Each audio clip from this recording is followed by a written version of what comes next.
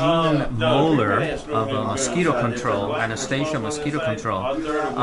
This meeting you have, what was the goal of this meeting today here? The goal today was really to bring attention to mosquito control and those people that we collaborate with, and to really do a public education about different areas of pests and how they all work together. Hello, I'm Vivian Browning. I chair the Board of Commissioners for the Anastasia Mosquito Control District. We are here in St. Johns County, and we service all the businesses and the residents and the farms of St. Johns County. I invited Senator Travis Hudson to be with us today.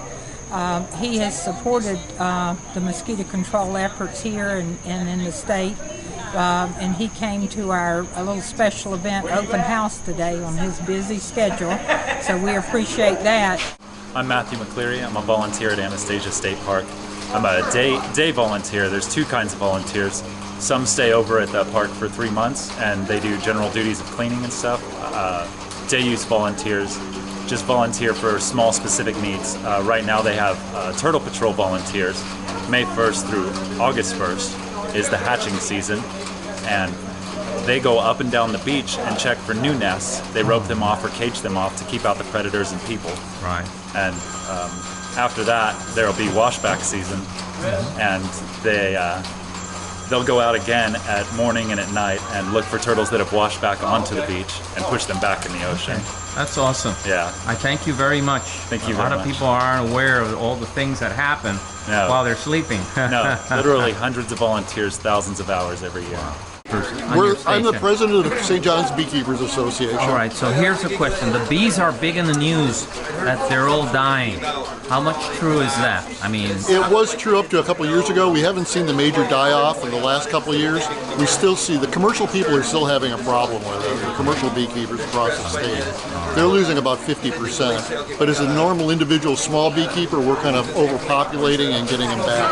We're not seeing the big problems that they did a couple of years ago.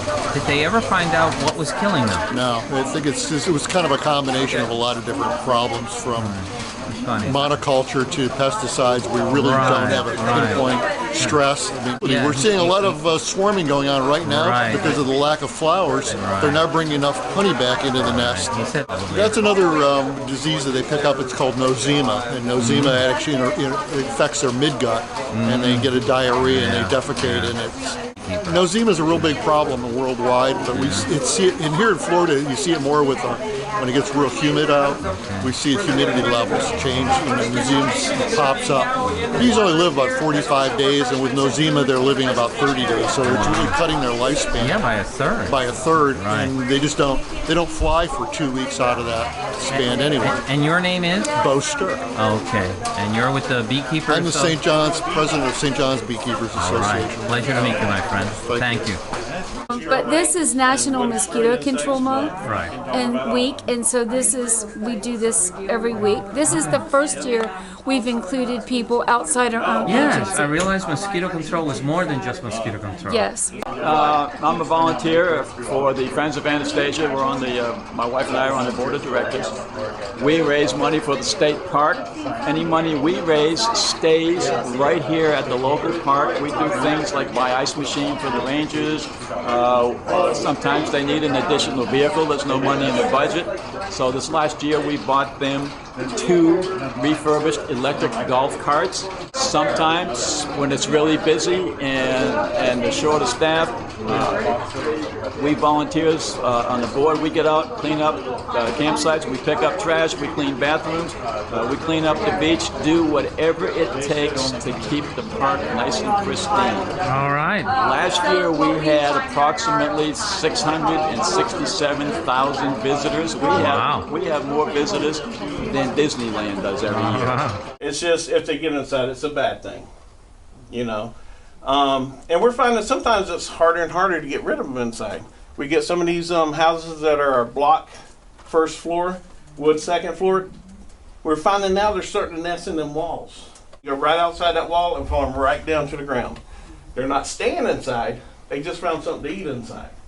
And the easiest thing to do, like I told my wife, take the bowl, throw the food out, wash it, and move it to the other side of the room. The analogy I use, it's like a probiotic for the soil. You know, you get sick, eat yogurt, make you feel better over time. These fertilizers can do a similar thing for the soil, which in return benefits the plants and helps them grow better.